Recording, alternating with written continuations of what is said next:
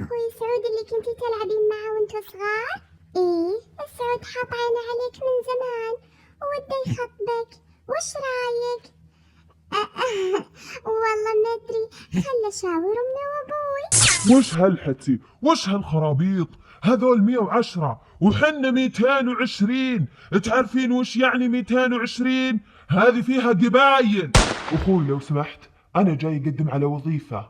عفوا، الوظائف المتاحة فقط ل 220 وحضرتك 110. سلكم يا الربع يثر علي أهل السامرين توجعوني.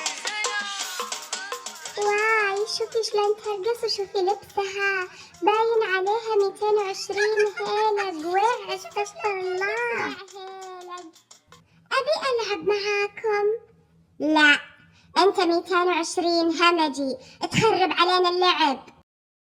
يا أيها الناس إنا خلقناكم من ذكر وأنثى وجعلناكم شعوبا وقبائل